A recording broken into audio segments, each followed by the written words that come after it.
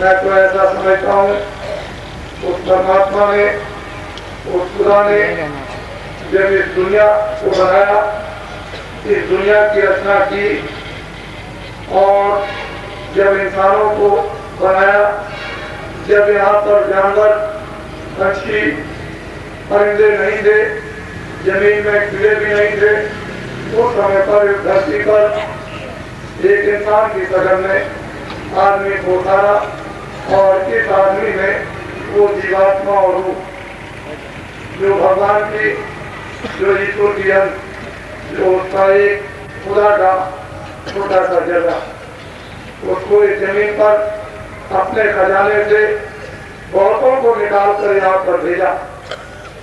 और उस समय पर हम लोग स्वस्थ थे, हम लोगों में मोहब्बत और प्यार था, हम लोगों में ज्ञान और हकीकत थी, हम लोग उसका दीदार और दर्शन करते थे।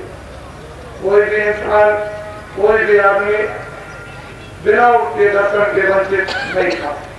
सब लोग संपन्न थे, सब लोग सुखी थे, शरीर से, परिवार से और समाज से, किसी तरह का भी कोई कष्ट नहीं था। लेकिन जब विधान, जब नियम बना कि मैं तुमको मृतलोक में, इस संसार में इंसान आदमियों को आजाद छोड़ता हूँ, तो वेदों शास्त्रों में वहाँ गुरबानी पढ़ा जाए, वहाँ कबीर की पुस्तक पढ़ी जाए, वहाँ तुलसीदास जी की नमाज पढ़ी जाए, वहाँ गीता को पढ़ा जाए, तो ये पता चलता है कि ये सारी पुस्तकें सिद्धांतदर्शी, जो कुछ भी कलाम, जो कुछ भी वचन इस लोग उन्होंने अपनी अपनी उन धर्म दैनिक पुस्तकों में लिखा, उसमें ये बताया कि जब आपने विधान बना था तो न कोई हिंदू था, न कोई मुसलमान था, न कोई ईसाई था और न कोई सिख था, सब एक इंसान, एक आदमी थे। और उस समय पर जब ब्रह्मा ने इस विधान को बनाया तो फिर चारों वेदों की रचना, जिसमें 80,000 उपासना का, 80,000 कर्मकांड, 16,000 उपासना कांड और 4,000 ज्ञान का और विशेष आजादी हम सब इंसानों या आदमियों के लिए उन्होंने ये रखी कि मैं तुमको स्वतंत्र छोड़ता हूँ, अच्छे और बुरे दो काम है, आपकी मर्जी हो अच्छा करना, आपकी मर्जी हो बुरा करना। लेकिन व्यवस्था ये है, उस व्यवस्था को उन्होंने निर्धारित कर दिया, विधान बना करके और ऋषियों को पैदा किया, उनके द्वारा जगह जगह उसकी स्थापना करा दी कि मैंने तुमको मृतलोक में स्वतंत्र छोड़ दिया है, न हाथ पर कोई रोक, न कान पर कोई रोक, न जिब्बा पर कोई रोक, न जवान पर कोई रोक, न मन पर कोई रोक और न बुद्धि अर्थ पर कोई रोक और न हाथ पैरों पर कोई रोक। आप चाहो तो अच्छा करना, आप चाहो तो मत करना, उसकी तरफ से कोई भी किसी तरह का बंधन नहीं। इस आजादी को पाकर हम लोगों ने जब ऋषियों मुनियों के उन साधु संतों के प्रचार होते रहते थे, व्यवस्थाएं सब ठीक थी, न इतना कोई खतरे था, न ये बीमारियां थी, न ये लड़ाई झगड़े थे, न आदमी मारे जाते थे, न स्त्रियां मारी जाती थी, न आदमियों को भगाया जाता था, न स्त्रियों को भगाया जाता था, न चोरी होती थी, न डकैती होती थी और न इस प्रकार के जो अन्याय अत्याचार तत्पर होते थे। सब लोग मोहब्बत और प्यार में डटे हुए थे, एक दूसरे की कसरत में सब लोग एक दूसरे की इज्जत करना, मोहब्बत और प्यार करना और वो फर्ज अपना इखलास समझते थे, खिदमत करना, सेवा करना, त्याग करना, बैराग करना, तपस्या करना, वीर बनना, ज्ञानी बनना, ये उनका एक ईमान था। इस तरह से सृष्टि में मनुष्य सब बड़े आनंदित, ये धर्म पुस्तकें हमको बताती। अब हमको ये मालूम होता है कि सच तो एक ही था सबका, मोहब्बत और प्यार दोनों से एक था, सूरज एक है, चंद्रमा एक है, सितारे एक हैं, रात्रि का कोई बंटवारा हो नहीं सकता, दिन का भी कोई बंटवारा नहीं हो सकता, आफताब यानी जल का भी कोई बंटवारा नहीं, क्योंकि वो तो आपको जल चाहिए, धूप आपको चाहिए, फिर भूख का भी कोई बंटवारा नहीं, भोजन आपको चाहिए, सबको भूख लगेगी। तो जो कुदरत ने, जो भगवान ने, जो प्रकृति ने, जो अपने अपने कामों को आपके सामने रखा था, उनका तो आपने परित्याग कर दिया या उसको भूल गए। अब हुआ क्या कि गुरु ग्रंथ न ये कहते हैं झूठ बोलो, न कुरान कहती है कि तुम झूठ बोलो, न ग्रंथ और कुरान कहती है कि बेईमानी करो, और न रामायण गीता कहती है कि तुम किसी का कत्ल करो, दुराचार करो, अन्याय। ये सब कुछ होते हुए वर्तमान में ऐसा मालूम होता है कि हम लोग अपना रास्ता खो गए, भूल हो गई। ये तो आप में भूल है, या मुझे भूल है, या गुरुद्वारों में भूल है, या मंदिरों में भूल है, या मस्जिद में भूल है, भूल तो कहीं न कहीं है। लेकिन ये तो मैं जानता हूँ कि महापुरुषों में भूल कभी होती नहीं, उनके कलाम और वचन हमेशा त्रिकालदर्शी तक होते हैं, वो तो कभी इधर उधर कर नहीं सकते हैं। तो ये भूल क्यों हुई, ये तो हमको सबको इस बात के लिए विचार न करना चाहिए। जीवन तो हमारा बड़ा इस समय पर दुखी हो गया। जो खुदा ने इंसानों को बनाया था और ये कहा था कि इंसान ये मेरी मस्जिद है, इसमें बैठ करके कोई इबादत करना, ये मनुष्य भगवान का बनाया हुआ मंदिर था। ये बड़े ही अनेक जन्मों के अच्छे कर्मों से ये कभी जाकर के मिलता है, लेकिन आप इसको भी भूल गए। ये माया की छाया, इसके लिए दीवाने और पागल सब के सब हो गए और माया की छाया की तरफ ये दौड़ने लगे। इन्होंने अपने अस्तित्व को, अपनी हकीकत को खत्म कर दिया। ये पता ही नहीं है कि रूह का खजाना कहाँ है, वो आत्मा का धन कहाँ पर है, ये आत्मा का ज्ञान और आत्मा की शक्ति और रूह की ताकत कहाँ पर मिलेगी, और किस रास्ते से जीवात्मा रूह आई और किस रास्ते से वापस जाएगी। लेकिन सारी दुनिया का खुदा तो एक, भगवान तो एक ही है, उसको आपको खुदा, मैं उसी को कहूँ, इसको कहूँ रोशनी देता है खुदा, दूसरा कहता है भगवान, तीसरा कहता है गाठ, चौथा कहता है मेरा गुरु, और पांचवा कहता है सर्वशक्तिमान, और फिर कहते हैं ये ब्रह्म है, और फिर कहते हैं ये पार ब्रह्म। आखिर इसी लाइफ के कहिए उस परमपिता परमात्मा ईश्वर के अपनी अपनी जवानों में कितने नाम रख दिए गए, लेकिन है वो सबका मालिक ही। उसके लिए हम लोग लड़ते हैं, हम लोग झगड़ते हैं, हम लोग झूठ बोलते हैं, हम लोग धोखा देते हैं, हम लोग क्रोधी बनते हैं, हम में काम उत्पन्न हो जाता, क्रोध उत्पन्न हो जाता, लोभ उत्पन्न हो जाता, मोह उत्पन्न हो जाता। ये सब क्या है, नरक के रास्ते, दो जगते रास्ते। काम आएगा, क्रोध आएगा, बुद्धि भ्रष्ट हो जाएगी, ज्ञान बुद्धि पूर्ण हो जाओगे। आत्मज्ञान का आपको क्या पता रहेगा कि आत्मज्ञान क्या है। अब मैं आपको मोटी बातें बताऊं तो आपकी बुद्धि में प्रवेश होगा। ये मनुष्य बार बार नहीं है। अपनी बार एक काम करने के लिए आपको हिंदू मुसलमान सिख ईसाई मानव को दे दिया है और वो किताबें सब हाजिर कर दी। आपको तो ये मालूम नहीं है कि भजी जाते खुदा होते हैं, खुदा की ताकत को, खुदा के नूर को और खुदा के खजाने को लेकर के आते हैं और उनका संबंध उसी खुदा से होता है। और बिना फकीरों के खुदा का इजहार नहीं होता, बिना महात्माओं के भगवान को कोई बता नहीं सकता है। लेकिन आपने फकीरों को भी छोड़ दिया, महात्माओं को भी छोड़ दिया, तो अब ये मनुष्य शरीर की कीमत को कौन बताए। इतने जन्मों की तपस्या के बाद ये अवसर आपको सुंदर से सुंदर मिल गया कि दिन में काम करना, इस पेट भरने के लिए, कपड़े के लिए, शाम को औलाद बच्चों की सेवा करना, लेकिन इसमें रहने वाली जो रूह और जीवात्मा है उसके लिए कुछ जमा करना, वो डॉलर जमा करना, वो खजाना जमा करना, उस धन को जमा करना। जब इस संसार से हम जाएंगे तो वही मेरी हिफाजत और मदद करे। लेकिन इसको भी हम भूल गए कि वो खजाना कैसे मिलेगा।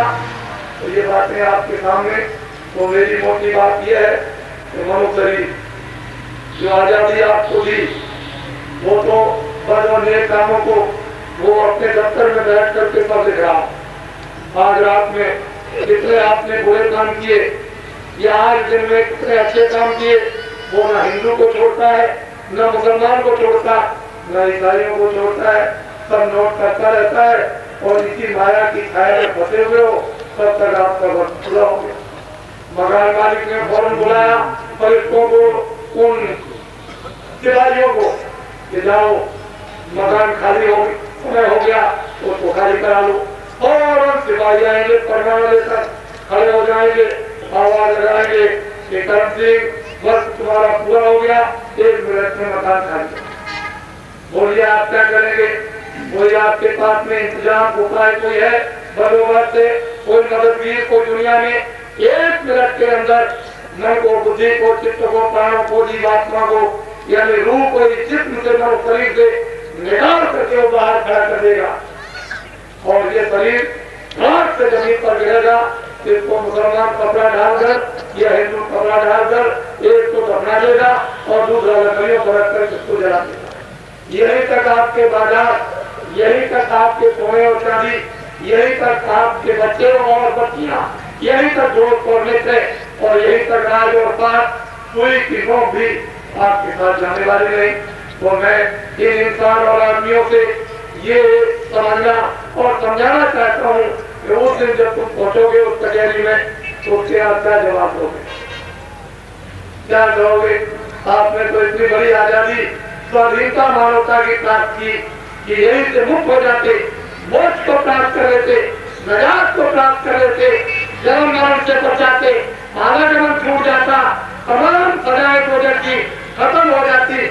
लेकिन आप क्या जवाब दोगे? किसकी तरफ देखोगे? कौन तुम्हारा मददगीर है? कोई नहीं। अभी महात्मा मिले नहीं जो इधर भी साथ देते, उधर भी साथ देते, इधर भी हिफाजत करते जीवात्मा लोगों की, उधर भी हिफाजत करते जीवात्मा लोगों की और निकाल कर ले जाते उस मुकाम पर, उस खजाने में जहां से निकल के आई थी उसी में पहुंचा देते। लेकिन अफसोस है किधर नहीं, कभी हिंदू बुरे, कभी मुसलमान बुरे, तो कभी ईसाई बुरे, तो कभी ये बुरे और कभी वो बुरे। ये झगड़े तब तक आपके इस दुनिया में चलते रहेंगे और झगड़े का मजा, आनंद क्या मिला आपको? ये तो बताइए। कोई अंग्रेजी हो गई, कोई बदवारी हो गई, कोई बदनाम हो गए और बदनसीब हो गए, बरकत ले दी गई और तमाम बीमारी टूट पड़ी, पहाड़ टूट पड़ा, तकलीफ होगा, बारिश में उमड़ पड़ी है, चिंताएं नाना प्रकार की हो गई। अब सब मारने की इस वक्त में फुर्सत नहीं है। तो बताइए आप, आखिर भूल तो हो गई, इसमें तो कोई संदेह नहीं है। इस भूल को मिटाने के लिए अब वक्त और समय आएगा कि फकीरों की जरूरत महात्माओं की पड़ेगी और वो महात्मा और फकीर जब आपको मिलेंगे तभी आपको सपन और शांति, तभी आपको आनंद और शक्ति, तभी आपको ज्ञान और आपके मन को, बुद्धि को और चित्त को, प्राणों को और जीवात्मा को खुद और साफ करेंगे। ये तो साबुन तो महात्माओं के पास है, बाकी और किसी के पास नहीं। आगे कपड़ा भी तो हर रोज गंदा होता है, साबुन की जरूरत पड़ती है। तो महात्मा भी तो एक धोबी होते हैं, फकीर भी तो एक धोबी का काम करते हैं, उनके पास कोई और अजनबी साबुन नहीं। वो ऐसा मन पर, बुद्धि पर, दिल और दिमाग पर लगाते हैं कि भक्त साफ हो जाए और रूह जाग जाए, जीवात्मा जाग जाए और सच्चा ज्ञान और सच्चा उनको इल्म हो जाए और वो उसको पा करके। वो फकीर जंगलों में लगोटी लगाते थे, बड़े बड़े बादशाह, बड़े बड़े राजे जंगलों में जाकर उनको ये मस्तक रख करके सिजदा करते थे और प्रणाम करते थे। आगे उनके पास बड़ी एक छोटी सी प्रार्थना आप सब लोग सुनोगे। पहले मैं बोलूंगा, उसके बाद आप।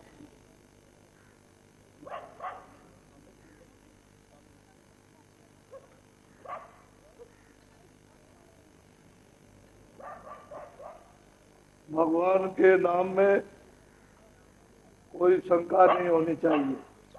जो भगवान ने बुद्धि दी है उससे काम लो। महात्मा कोई ऐसा काम ना पहले किया ना अब ना आगे, जिससे किसी मानव आत्माओं का नुकसान हो। वो वही काम करते हैं जो मानव आत्माओं का लाभ। आप शंका करते हो तो अपना पतन करते हो।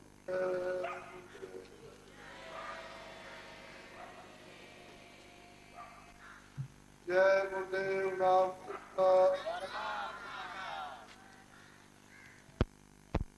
गुरुदेव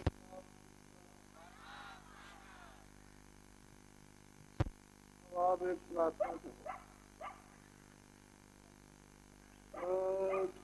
गुरु सतनाम तुमको ला ओ परनाम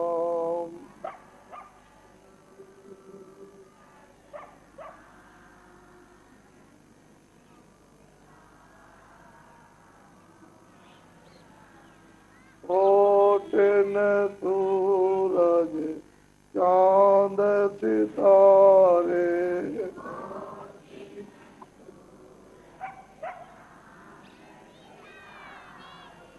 ओटन सूरज चांद सितारे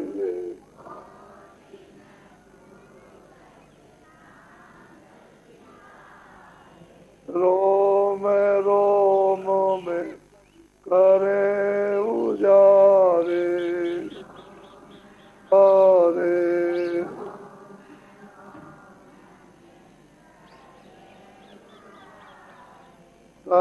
सतपुरुष करता तुमको लाखों प्रणाम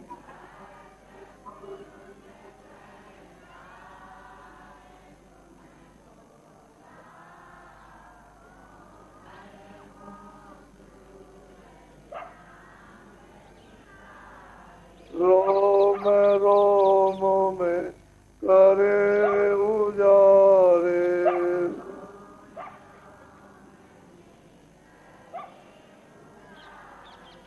अलख पुरुष करतार तुमको लाखों प्रणाम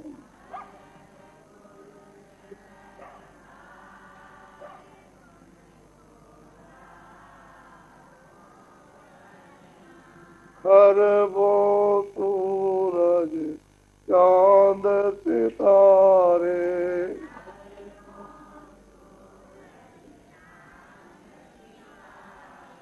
रोम रोम में करे उजारे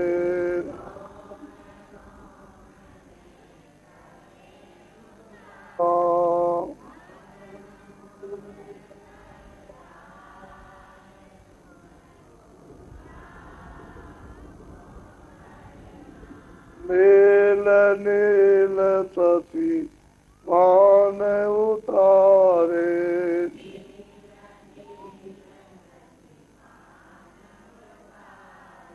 नील नील सती मान उतारे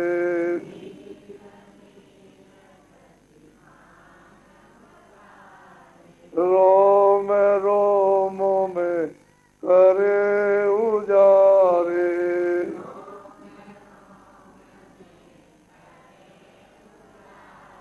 रोम रोम में करे उजारे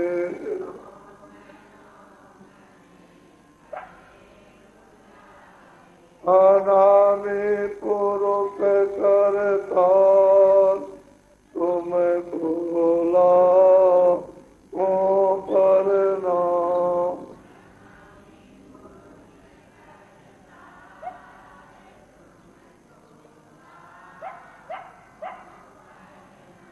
अनामी पुरुष करता तुमको लाखों प्रणाम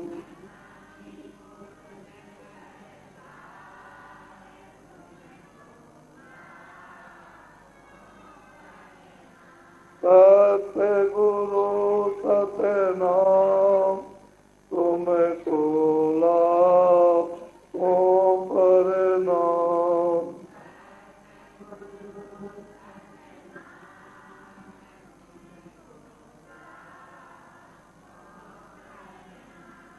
तुमको लाखों प्रणाम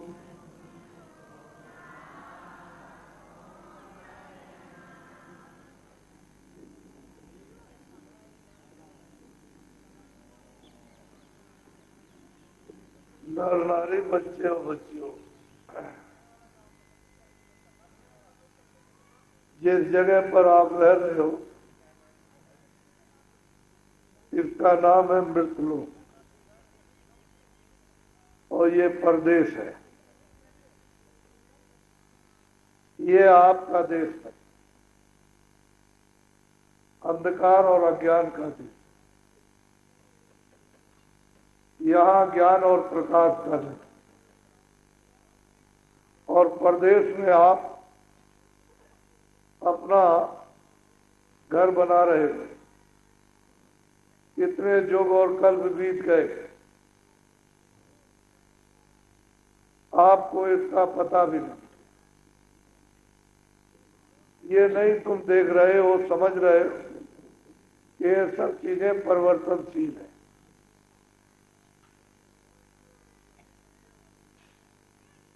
यहां कोई चीज स्थिर नहीं रह सकती, ना रह सकेगी। ऐसे देश में अड्डा जमा रहे हो, परदेश में आए हो,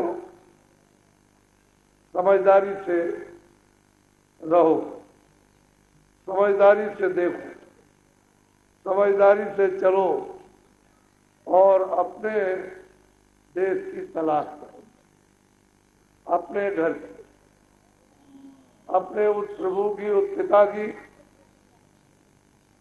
खोज करो कि वो मिल जाए। इस परदेश में आपका पिता नहीं है, ना आपका देश है, इसलिए तुम रोते गाते हो, तुम झगड़ते हो, मारते हो, पीटते हो, गाली गलौज करते हो। ये आपका घर। परदेश में उसने एक कानून बना दिया, एक नियम बना दिया है कि जो मेरे नियम का उल्लंघन करेगा उसको सख्त सजा दी जाएगी। उसने 4 खाने, 84 लक्षयोनियां, अर्थात उसने नर्क बनाए और मनुष्यों को पूरा अधिकार प्रदेश में दे दिया कि तुम अच्छा से अच्छा करो, बुरा से बुरा करो। हमारी तरफ से कोई भी रोक टोक नहीं है। ये प्रदेश का मालिक अलग है, उसने नियम बनाया और आपको अधिकार दिया। जब अधिकार आपको दे दिया और रोक टोक नहीं है तो आपको समझना चाहिए था। ये बताया गया था कि जो जो करेगा उसका फल उसको भोगना पड़ेगा, अच्छे का अच्छा और बुरे का बुरा। तुम नहीं देखते हो लूले लंगड़े, अंधे बहरे, गरीब और तरह तरह के रोगी बीमार, तुम देखते नहीं हो पशु पंछियों में लूले लंगड़े, अंधे बहरे, तुम जानवरों में नहीं देखते हो। उसने ये जेल खाने बनाए। तुम मनुष्य है, शरीर में जो जो गलतियां करोगे वो उसमें सजा दी जाएगी। वो आपको छोड़ नहीं सकता, उसका नियम बनाता। फिर तुमको कितना दुख मिलेगा, रोगे चिल्लाओगे, कोई सुनेगा नहीं, कोई आवाज नहीं पहचानेगा, कोई खाना नहीं देगा, पानी नहीं देगा, दवा नहीं देगा। किए हुए कर्म का आप दंड पाओगे। ये परदेश है। जो महापुरुषों ने आपको जो संदेश दिए, जो आपको याद कराया, उसकी खोज तलाश करना चाहिए। लेकिन रामायण को भूल गए और जो उपदेश किया था आध्यात्मिकवादियों ने, योगियों ने, ज्ञानियों ने, महापुरुषों ने, उसको भी भूल गए। अब परदेश में यहां अपना घर बसा है। तुमको ये मालूम नहीं है कि कितने पुण्य किए होंगे, कितनी तपस्या की होगी सतयुग में, त्रेता में, द्वापर में। उन सब का पुण्य जमा हो गया तो मकान मालिक ने आपको मौका दिया, अवसर दिया है कि लो अब की बार तुमको अनमोल ये मनुष्य शरीर देता हूं, इसकी कोई कीमत नहीं। सारे संसार का धन, हीरे जवाहरात सोना चांदी रख दिया जाए और कहा जाए कि इस बच्चे को, इस बुढ़े को, इस जवान को खड़ा कर दो, तो नहीं खड़ा कर। ये मनुष्य शरीर अमूलक है, उसने आपको थोड़े दिन के लिए दिया। जब उसने धरोहर आपको दी है थोड़े दिन के लिए कि मैं स्वच्छ और शुद्ध और साफ पवित्र तुमको मकान देता हूं, तुम इसमें बैठ करके अपनी जीवात्मा को जगा। उसका मतलब ये नहीं था कि खेती छोड़ना, दुकान छोड़ना, दफ्तर छोड़ना, बाल बच्चों की सेवा, ये कुछ नहीं। खेती करो, दुकान करो, दफ्तर का काम करो, पहले बच्चों की सेवा करो। ये बताया था कि इसको शुद्ध रखना। हमारे दिए हुए औजार आंख है, कान है, जबान है, मन है, बुद्धि है, चित्त है और अंतःकरण, इसमें जो जीवात्मा बैठी उसको गंदा मत कर। तो आपने किसी की बात मानी, सुनी, किसी की तो गंदा कर दिया।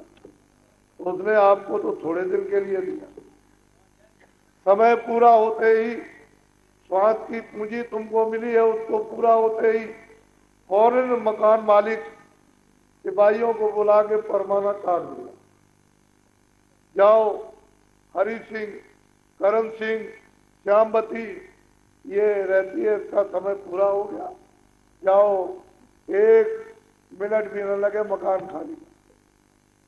आवाज दे सिपाही, हे रामवती, श्यामवती, करण सिंह, तुम्हारा समय पूरा हो गया, मालिक का हुक्म हो गया है, तैयारी करो, मकान खाली करो।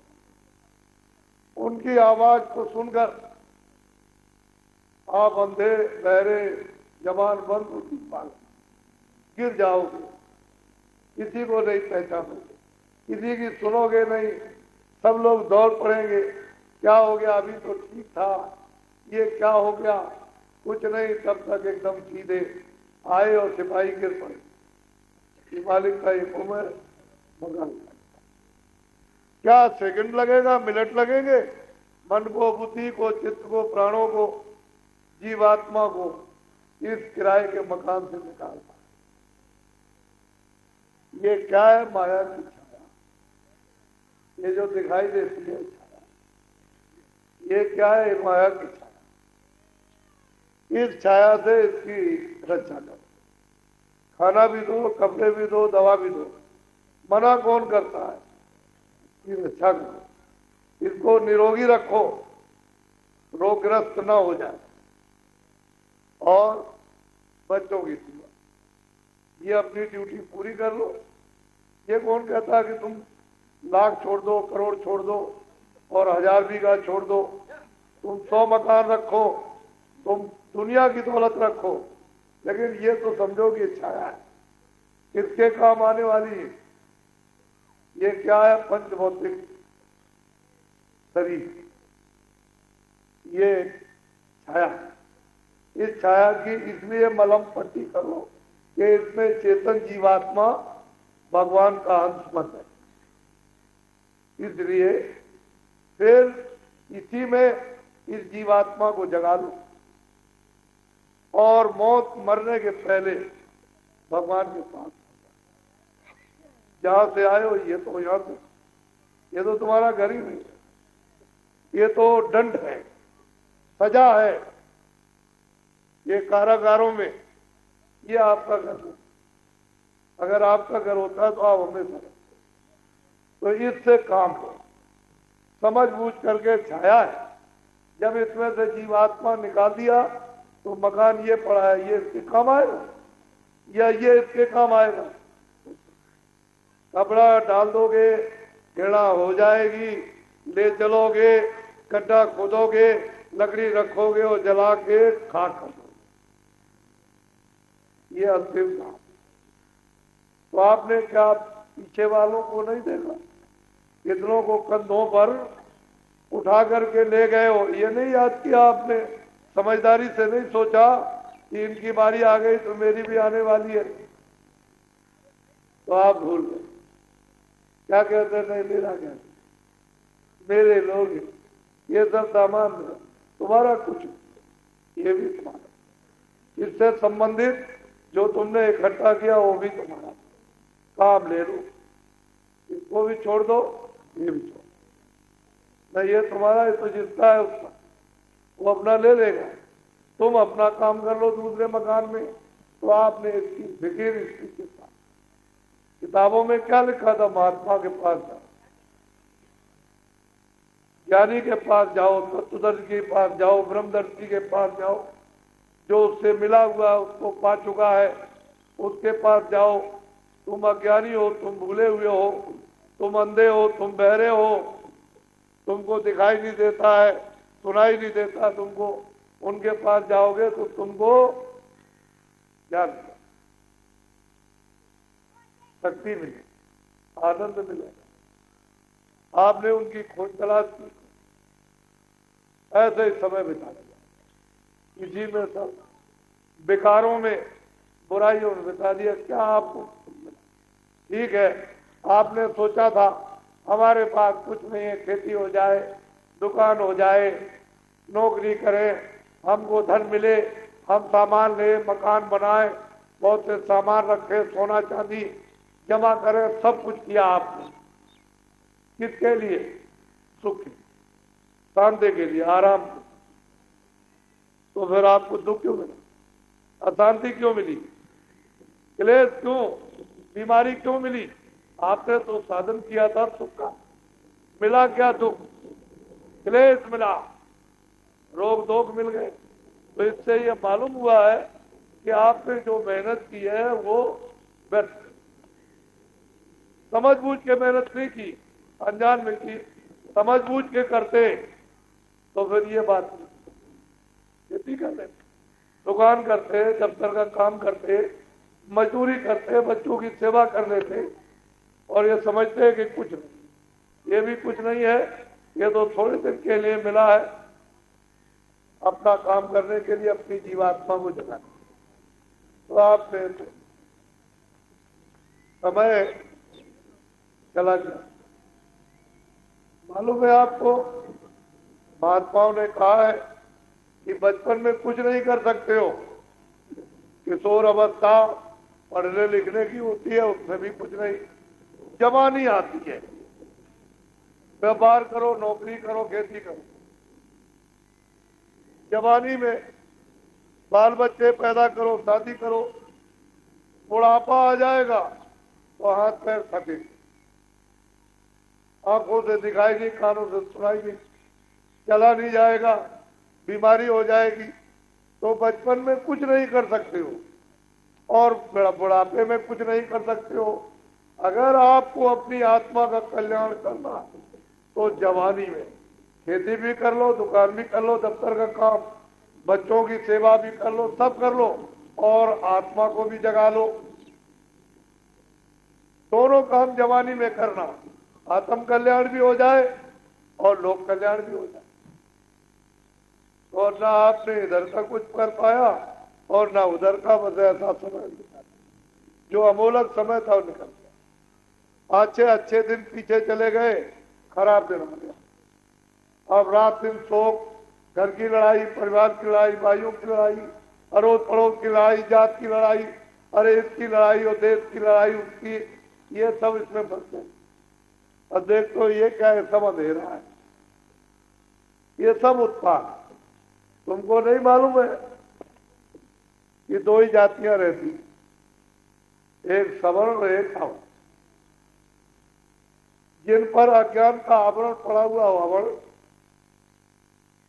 जो अवर्ण को हटा चुके हो सवर्ण, तो सवर्ण तो होते थे ज्ञानी, अवर्ण अज्ञानी, तो यही दो जातियां थी, कोई और जाति आती नहीं थी। उसने आदमी को पैदा किया था, एक अज्ञानी और एक ज्ञानी, अज्ञानी ज्ञानियों, ज्ञानी अज्ञानियों को शिक्षा दे, ज्ञान दे, ये बहू है, बेटी है, ये लड़का है, ये है, ये है, ये बड़ा है। सत्य बोलना, सेवा करना, आदर करना, चोरी मत करना, झूठ मत बोलना, ये मनुष्य की जो ज्ञान शिक्षा थी उसको सवर्ण, अवर्ण को शिक्षा दी। इसी के साथ साथ अध्यात्मवादी, जब अध्यात्म आत्मा को जगाने वाले और परमात्मा को प्राप्त करने वाले मिल जाए तो आत्म विद्या, योग लड़ाई हो जाएगी। ये भी नहीं समझ पाए कि हमको मनुष्य बनाया था, भगवान ने हमको अधिकार दिए थे और अच्छे बुरे की पहचान कराई थी कि ये अच्छा, ये बुरा, ये पाप, ये पुण्य है, इसको करना, इसको मत करना। ये दो ही बातें तो थी। तीसरी क्या बात, ये बुरा हो गया, इसके करने से दुख मिलेगा, तकलीफ मिलेगी, बीमारी मिलेगी, तरह तरह का क्लेश मिलेगा, गरीब हो जाओगे, लूले होगे, लड़ने होगे। अंदर ये अच्छा है, इससे तुम अच्छे हो। दो ही तो बातें।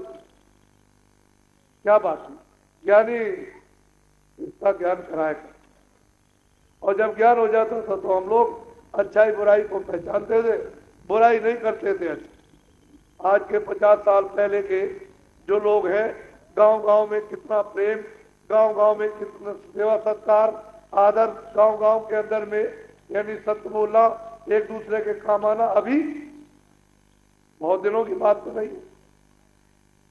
तो आपने तो ये सब छोड़ दिया, सगम गदर लड़ाई कर दी, वो ये वो ये वो ये वो मुसलमान, ये हिंदू, ये। अरे भाई, तुम 100 आदमी बच्चे पैदा हुए हो। हमारे हिंदुस्तान में तो इतिहास में है कि एक एक माता ने 100 से भी ऊपर बच्चे पैदा किए। तो 100 क्या एक ही करे काम करेंगे? सब खेती करते रहेंगे। उसमें कोई मास्टर बन गया, कोई काश्तकार बन गया, तो कोई लोहार बन गया, तो कोई बढ़ई बन गया, तो कोई दर्जी बन गया, तो कोई झाड़ू लगाने बन लगा। अब तुम नहीं समझते हो, एक मजिस्ट्रेट है और एक अध्यापक है। लोग आते हैं लड़का देखने के लिए, कह रहे हैं मतलब वो तो अध्यापक है, हमको अगर मजिस्ट्रेट का लड़का मिल जाए तो बड़ा अच्छा हो। है दोनों भाई भाई, उसके यहाँ संबंध नहीं करते, उसके यहाँ करते।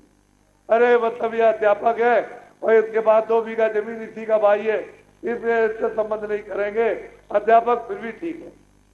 तो तुम वहीं से छोटा करने लगे। तो किसने छोटा किया? आपने किया। भगवान की तरफ से और ज्ञानियों की तरफ से कोई छोटा नहीं बना, लेकिन आपने तूफान खड़े कर दिया। तो इसमें आप गिर गए, भूल गए। अब ये जीवात्मा बेचारी, जिसको एक मौका, एक अवसर दिया गया, इसको यहाँ से निकलने का, यानी निर्बंधन होने का, भवसागर नदी से पार जाने का, मुक्त होने का, जन्म मरण की पीड़ा से छूटने का, वो तो सब बस खाते और सो जाते बच्चे। कितनी मंजिल है। अरे ये तो जानवर भी खाते, वो भी खा लेते हैं, बच्चों को पैदा करते हैं, दूध पिलाते हैं, चाटते हैं, प्यार करते हैं, बैठा लेते हैं। उनको भी रहता है कि हमारे बच्चों को कोई मारे नहीं, काटे नहीं। और आप मनुष्य हो, आप तो सबसे ऊंचे। भगवान ने आपको 5 तत्वों की बुद्धि दी है कि भूत का, भविष्य का, वर्तमान का सब कुछ आप सोचो। तो आप उस बुद्धि से भी सोचो। ये परदेश, मैं तो कुछ बताने के लिए आया, कुछ आपको दे दूं इसलिए आया, मुझे कुछ आपसे लेना नहीं। मेरा कोई, मेरे स्वार्थ की कोई बात हो, एक मत मानिए, और तुम्हारे सब हित की हो, तुम्हारे शरीर की हो, परिवार की हो, बच्चों की हो, आत्मा की हो, लोक की हो, परलोक की तो की हो। अरे भाई, तो जो तुम्हारी धर्म पुस्तकों में कहा गया है कि महात्माओं की खोज तलाश करो, उनकी करना चाहिए, उनको ढूंढना चाहिए था। राजा राज छोड़कर, सब खजाना छोड़कर, सब छोड़ के जंगल में नंगा पैर घूमता रहे, और वो तलाश तभी तो नहीं उसको महापुरुष मिले। ऐसे मिलते, ऐसे नहीं मिला। तो आप लोगों ने तो अभी ये सब कुछ नहीं समझा, तो आगे बड़ी तकलीफ आ रही, बड़ा संकट आ। क्या बताया क्षणों में क्या होगा, कृष्ण भगवान समझाते ही समझाते रह गए, अरे भाई मेरी बात को मान लो और मानव धर्म का तुम लोग पालन कर लो कम से कम, नहीं तो पीछे तुम पछताओगे। तो कह लगे वो तो जो कुछ होगा देख लेंगे। एक भी बात नहीं, न कौरवों ने मानी न पांडवों ने मानी।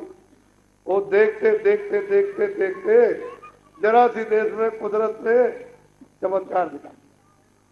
56 करोड़ यशवंतियों का सफर। तुमको नहीं मालूम किताबों में लिखा है, जब जब होए धर्म की हानि बाढ़े सुरमा अभिमान। अब क्या है, धर्म गया, कर्म गया, सत्य गया, न्याय गई, दया गई, सेवा गई, सत्कार गया, मान सम्मान।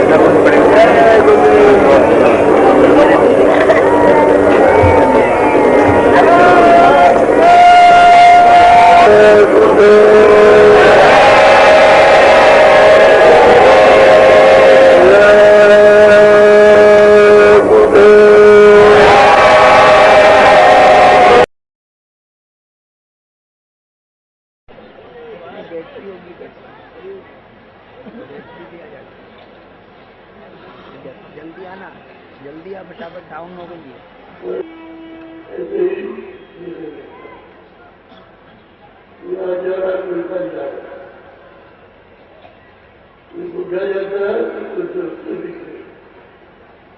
जवान जाते हैं पहले यही कर देगा, उसके ऊपर क्या रहेंगे। जगत का खेल है और ये सब होता है। तो जिसके जैसे कर्म है, अच्छा हो या बुरा हो, उसके जो होता है आपको बहु का पता है।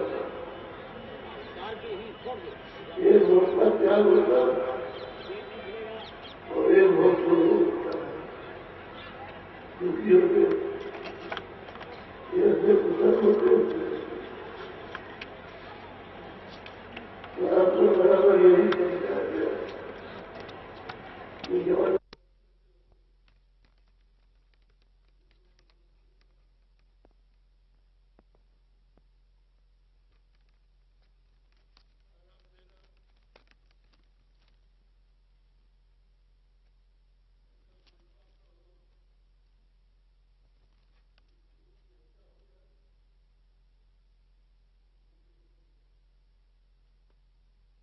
तरफ से भूल चूक नहीं, भूल चूक तो अपनी तरफ से होती है, अंधेरे में। अब वो उजाले में बैठा हुआ है, दिन में भी न रात है न रात को रात है।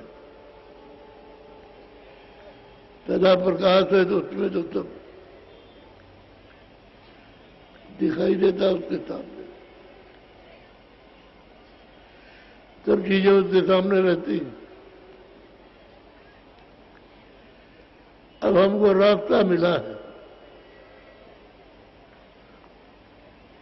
भजन करने का और ध्यान करने का। तो तुरंत जहां पर बैठी है वही आपका आंख है और वहीं पर आप कान है। उसकी सूरत में आंख भी है, कान भी है, नाक भी।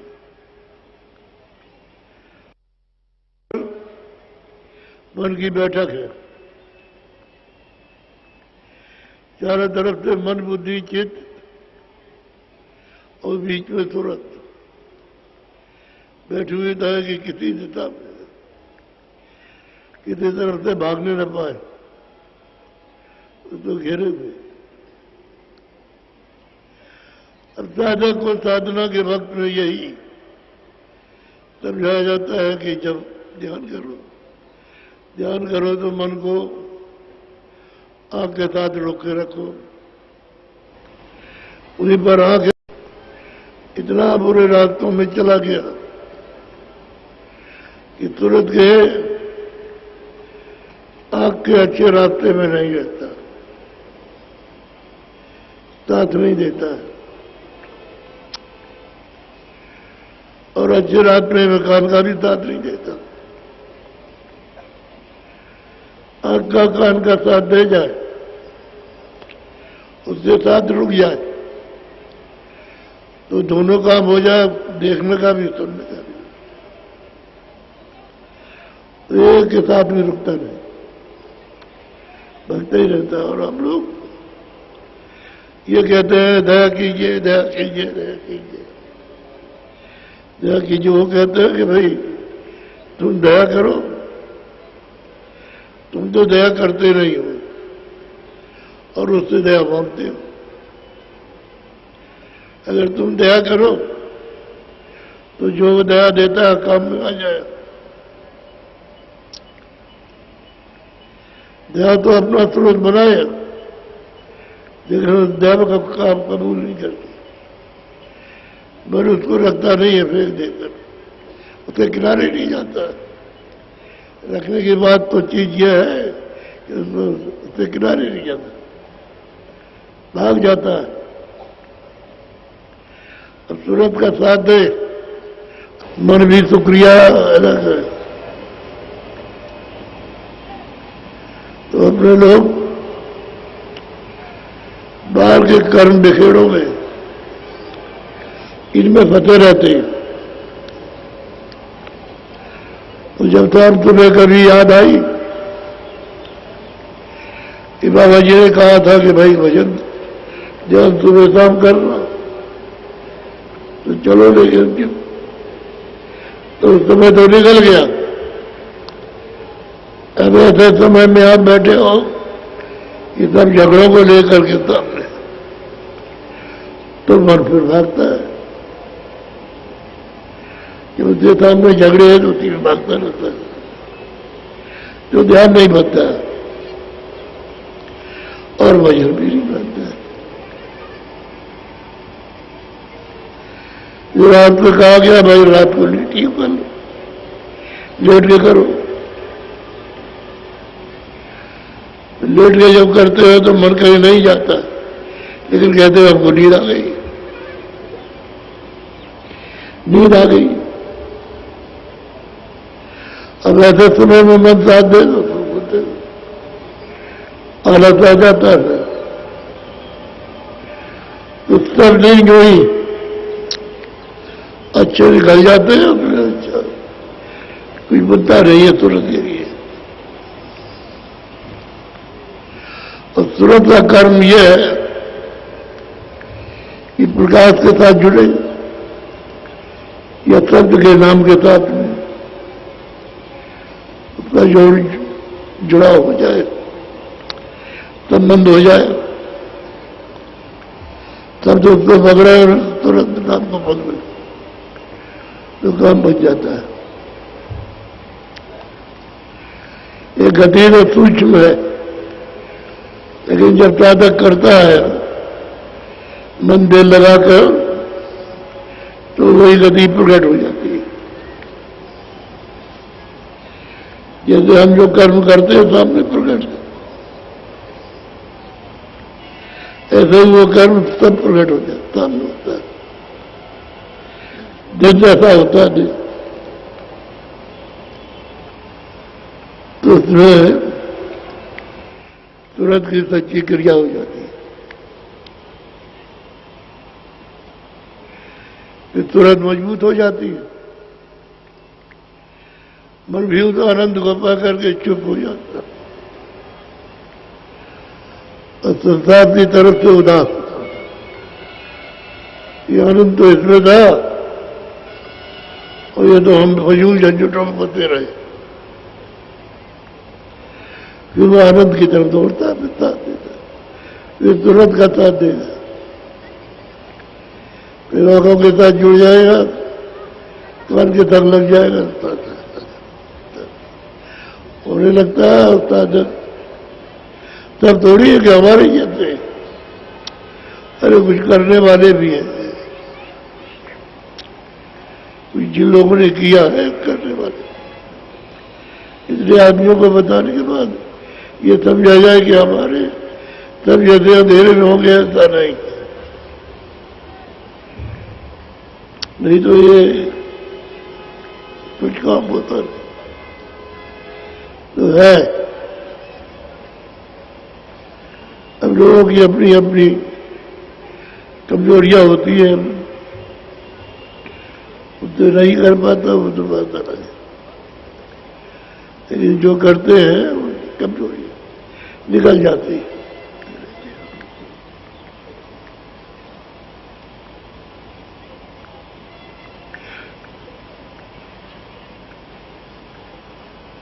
तो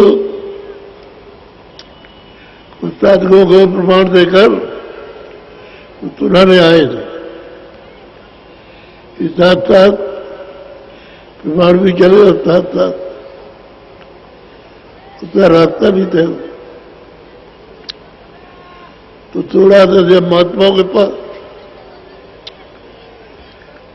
जब सब तरह से जब दौड़ते हैं कि भाई चलो कोई सच्चे महात्मा मिल जाए,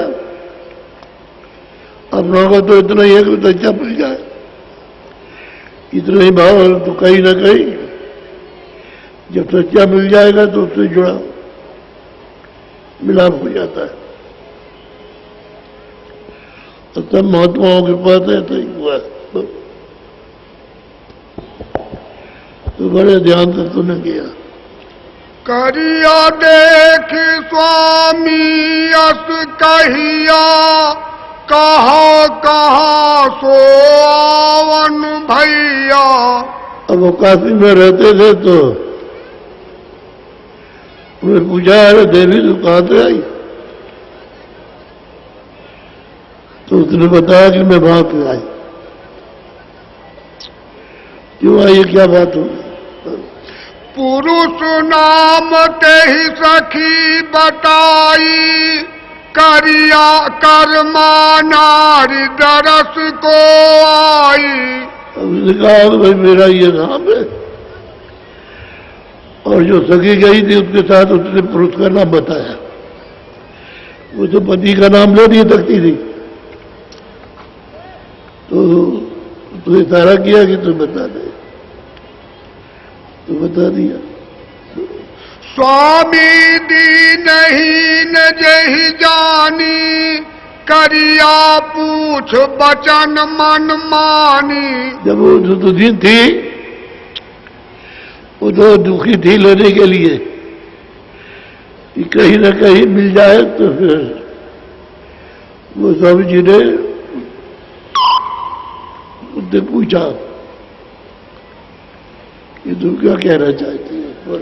हाथ जोड़ करिया कह स्वामी, जग संसार भाव भ्रम खानी। कहते हैं स्वामी हाथ जोड़कर, ये सारा जगत भ्रम है, इस भ्रम का मतलब धोखा है और उसमें कुछ नहीं है। भ्रम कहते हैं कुछ नहीं, यहाँ लाख करोड़ करे हुए, इतने का खोदा तो कुछ नहीं। यही रहता है जगत की। हम सोचते हैं यहाँ कुछ मिल जाएगा तो रात दिन लगे रहते हैं इंद्रियों के भोगों में। लेकिन वहां कुछ हो तब तो मिले, चाहे जितना खो दो और चाहे जितना रगड़ करो, लेकिन मिलेगा कुछ नहीं। कि जब हो तो मिले, जब नहीं है तो क्या मिले। तो कहते हैं ये जगत सब जो है भ्रम है। आज जोड़ के उसने अपनी गति को बताया कि मेरे सामने ये है। बोलो, जीव गति की राह बताओ, जग में आए महादुख पायो। अरे स्वामी जीव गति का हमको रास्ता बताइए, हमको और कुछ नहीं चाहिए। क्यों जगत में जब से आए तब से दुखी दुख है, सुख का तो यहाँ कोई नाम नहीं। तो जीव गति का राह बताइए जिससे इसका कल्याण हो जाए, छुटकारा पा जाए, वो रास्ता बताइए। बोलो। स्वामी कहे जगत सुख भारी, काहे उदास भाई तुम नारी। वो स्वामी जी ने कहा कि अरे जगत नारी तुम क्यों दुखी होती हो, जगत में बहुत बड़ा सुख है, बहुत सुख है। बोलो। कन्या पुत्र सकल परिवारा, सुख संपत्ति भोगो तुम सारा। जितने घर में कन्या है, पुत्र है और संबंधी सब अच्छे हैं और धनीमानी, इस सुख को भोगो, यही तो सुख है संसार का। करिया कहे के अरज हमारी, या जग संग संसार दुखारी। कहा कि स्वामी मेरी अर्जी ये है कि इस जगत के साथ जो भी है सब दुखी, चाहे कोई भी हो। हम भी आए दुखी है तभी तो कहते हुए आए कि जगत के साथ जाओ, हमारे जैसा दुखी है तो सारा संसार दुखी है। तन बिन सह जैसे जलवोरा, जग जम जाल करत है जोरा। और ये तन जो है ऐसे बिन जाएगा जैसे ओला, ऐसे ही हमारा तन नाश हो जाएगा। और इसमें जमराज उधर इंतजार कर रहे हैं, जल्दी उधर का समय हो तो यहां तक पहुंचे उनकी नगरी में। उनकी नगरी अलग है। तन सराय दिन चारी बसेरा, या में को ना काहू केरा। तन सराय है, सराय कहते हैं धर्मशाला। इस धर्मशाला सराय में मनुष्य शरीर में ये जो रहते हो, इसमें कोई किसी का नहीं है। कोई कहता है मेरा भाई है, कोई कहता है मेरी बहन है, कोई कहता है मेरी माँ है, कोई कहता है मेरा पति है, कोई नहीं। ये चलते उठाऊ राम है। धन संपत्ति दिन चारि बिलासा, पुनि तन छूट झूठ सब आशा। करिया ने कहा धन संपत्ति आखिर ये 4 ही दिन का तो है। बच्चा पैदा हुआ, थोड़ा सा घुटनों से चला, खड़ा होना सीखा, तो जवानी आ गई और जब तक बुढ़ापा आ गया। तो धन संपत्ति जो है 4 ही दिन का तो है। और तन छूटे जब पूरी बात शरीर से निकल जाएगी और जब पूरी पकड़ी जाएगी। ऐसे या जग का व्यवहारा, जन्म जात जुआ जस हारा। ये संसार इस तरह से जगत का व्यवहार करता है। तो जन्म क्या है जो खेल रहे हो, जुआ है,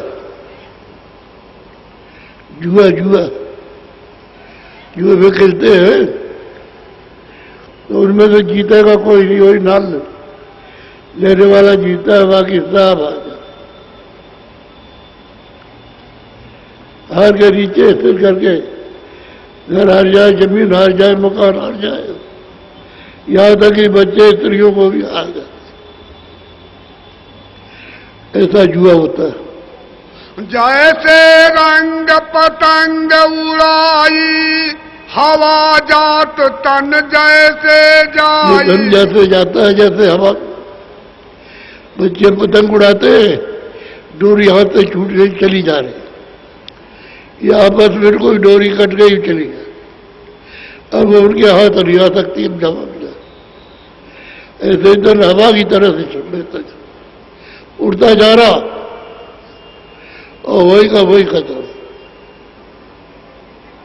वही चला गया किसी गांव और देश में, वही खत्म हो गया,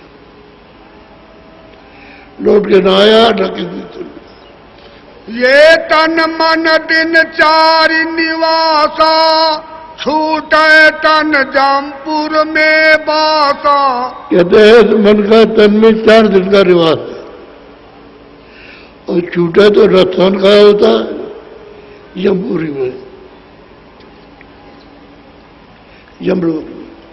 भाई बंद सकल परिवारा, तिरिया पुत्र सब झूठ पसारा। और भाई बंद और स्त्री, ये जितने भी है सब झूठ का पसारा, इसमें कुछ भी सत्य नहीं है। अभी पति पत्नी से झगड़ा, पिता पुत्र से झगड़ा, और भाइयों भाइयों से झगड़ा, उतना मकान जमीन ले रहा, एक को निकाल दिया, अब वो रो रहा चिल्ला रहा, वही किसी का नहीं है। भाई वो है उसी माँ के पेट से पैदा हुए, लेकिन जारी दोस्तों स्त्री वही है जो फेरे पड़े, अब वो उसका दुश्मन है, वो उसका दुश्मन।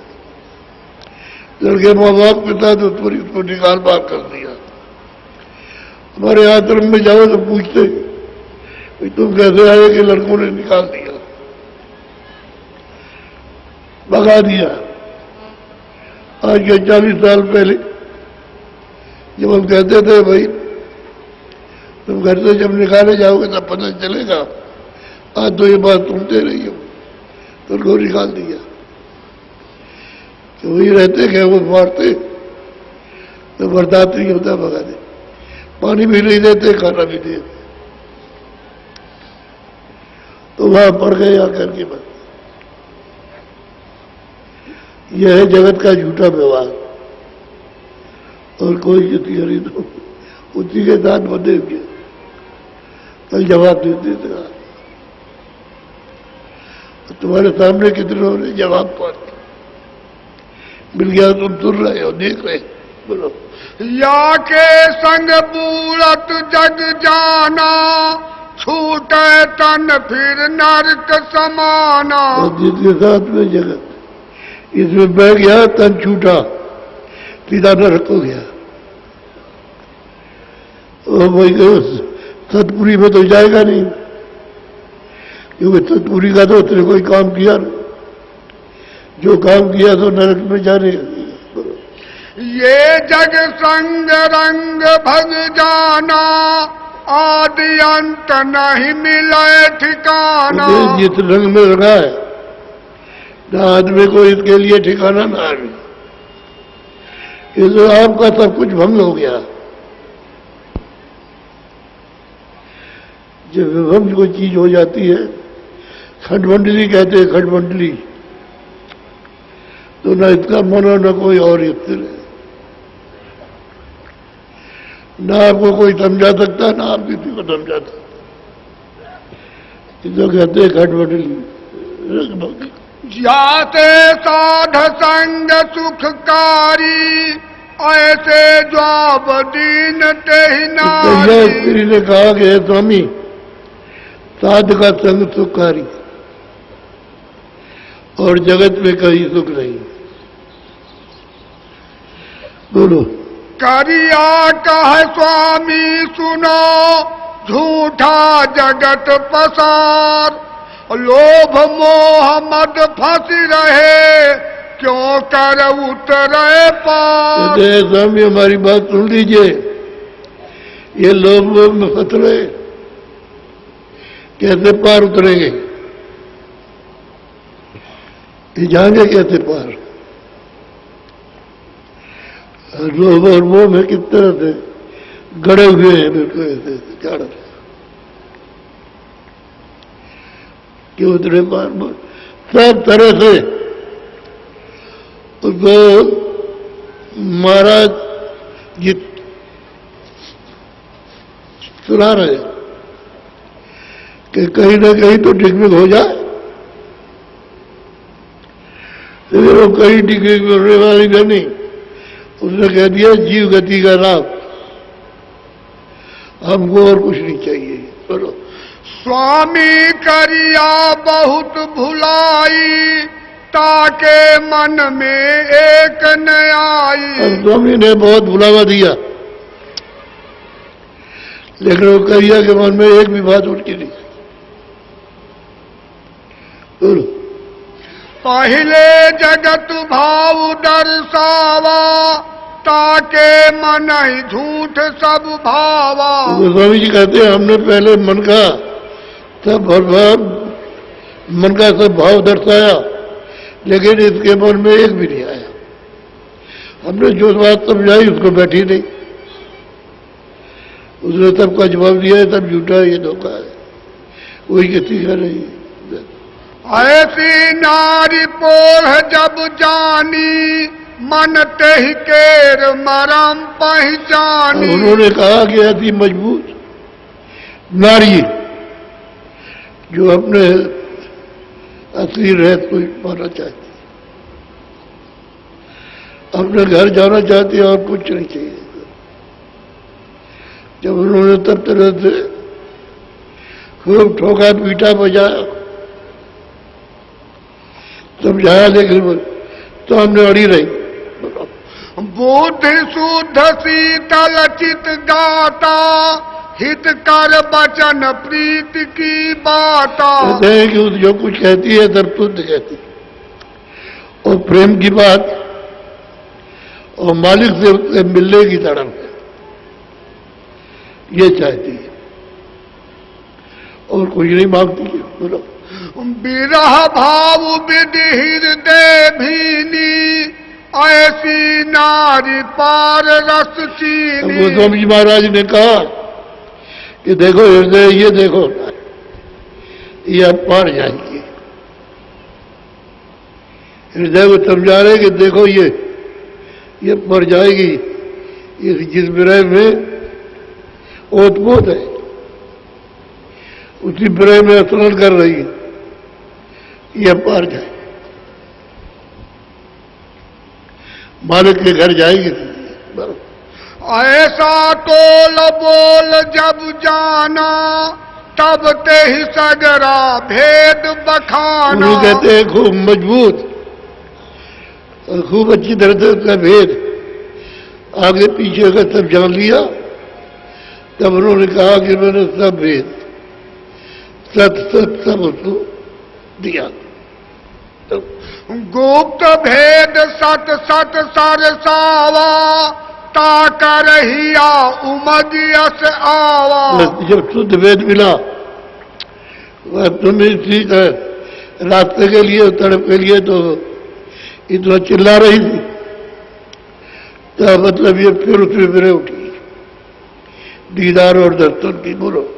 दीन ही सूरत संधते ही हाथा, अज्ञाले पुण्यायो माथा। कहते हैं कि जब भेद उसको मिल गया और अंदर में आवाज सुनी तो माथा अपना रख करके उनके चरणों में आगे लेकर के फिर क्या गई, जहां भी काशी में घर था। बोलो। संघ सखी सब अचरज लाई, कौन वस्तु यही कान सुनाई। जो नारियां गई थी उन्होंने तो जाओ कहा कि देखो हम लोग भी साथ आए, लेकिन इतनी देर इनसे तो बात होती रही और ये सुनाती और सुनती रही, लेकिन हमको तो कुछ नहीं मिला। इसमें पता नहीं कौन में कौन सी बात कहती है और हम कुछ पाए, तो तब कहने लगी हमको कुछ नहीं मिला। घट का चार बसेरा पाई, पुण्य सिर नाय पाए घर आई। रात्रि को गई इन सप्ततियों के साथ में, तो जब रात में बीत गई तो सुबह आज्ञा लेकर के और घर गई। कर्मा नारी पूछ विख्याता, कहो कहाँ गई कौने साथा। माँ की नारी थी, उसने पूछा भाई तुम कहाँ गई थी, रात को घर में नहीं थी, गई कहाँ थी? तो उसने बताया कि मैं दरबार में गई। हाँ बोलो। तब करिया बरतंत सुनावा, स्वामी वर्णन विधि बतावा। यानी कहा कि मैं वहां गई थी, तो स्वामी ने सब मालिक से मिलने की विधि बताई। विधि बताई, उसको लेकर के आई हूँ। बोलो। सुनकर मां मन भयो आनंदा, अब तो छूट काल कर फंदा। अब इसको यह था कि एक तो बता देंगे तो हमको रोकेगी। वैसे तो पहले पहुंच चुका था, चुपचाप भजन करता था, इसने कभी उससे कुछ नहीं कहा कि मैं हो जाते, और रास्ता अपना चुप के करता था। तो जब वो वहां से सब विधि वगैरह ले आई, तब उसको आनंद हुआ कि हमसे पहले पहुंचेगी, ये पहले पहुंच जाएगी। पहले करिया संग सखी एक जैनी, ताकर नाम रहे पुण्य सैनी। उनके साथ एक जैनी थी, नाम की स्त्री, उनके साथ यही थी। बोलो। स्वामी दरस गई दरबारा, पुरुष भेद सुन पायो सारा। वो दरबार में गई, उसने पूछा हुआ तुम कहाँ गई, तो उसने जवाब दी। लोगों ने भ्रम पैदा कर दिया। बोलो। सुना पुरुष ते ही धर्म समाना, नारी गई घर भया बिराना। कि जो उनके यहाँ पहुंच गई उसका घर बर्बाद हो जाता है, वीरान हो जाता है, भ्रम हो गया, भ्रम हो गया। पुरुष नाम है कालू जेही, नगर लोग कहीं बरजते ही। नगर के लोग उसको भरते हैं कालू को, कहते तेरी नारी घर से निकल के चली गई वकील के पास, अब तेरा घर बिल्कुल बर्बाद हो जाएगा। तू पगड़ी को उतार देता, अपनी नारी को काबू में नहीं रखता था, और जाग से निकल जा। अब उसको हर तरह से कांटे चुभाते थे। ये भी मतलब ये है भाग जाए और वो कुछ कर न सके। लेकिन जो वहां पहुंच गया उसको क्या हजारों, उसको पलटाना चाहे नहीं पलट सकता। वो तो हृदय की चीज थी, हृदय में उतर गई। ये एक हाथ समझा सकता है। कालू नारी ढाई धमकाई, ये फकीर ढिंग जान न पाई। उसको धमकाता है, फकीर के पास हो जाए, तूने मेरी इज्जत को बिगाड़ दिया। गांव के लोग मोहल्ले के तरह से कहते हैं, अब मत जाना। कालू कहे मोर दुखदाई, जगत लोग थूके मुख माई। तो जिनको भ्रम पैदा हो गया कि जगत के लोग, कहता कोई नहीं है, क्या कहेगा वो, अपना कमाता अपना खाता, कहने वाले क्या। तेरी सारी तेरी चली गई है, पति ये कहते हैं। इसमें उसकी बेइज्जती हो गई। बोलो। मोरी पा गया अब तय खोवा, अस कही धाई धाई कह रोवा। उसके सामने पगड़ी रख दीजिए, उसके पैरों पर, अब रोता है। अरे इस पगड़ी को उतार करके वहां महाराज जी के पास क्यों नहीं चला जाता, वहां रख देता कि मुझे भी बताइए, तो नहीं कर सकता है, देखता। पार पड़ोसन अस समझावे, अब यह कहूँ जान नहीं पावे। पड़ोसी को बताया, देखो ये फकीर के यहाँ गई, अब कहीं नहीं जाने पाए, आप लोग देखते रहना, कभी निकले नहीं घर से बाहर। ये वो समझा रहा। बोलो। सब घर तेरी तेरी कह दीना, घर बाहर इन जान न दीना। इनको घर के बाहर जाने मत देना।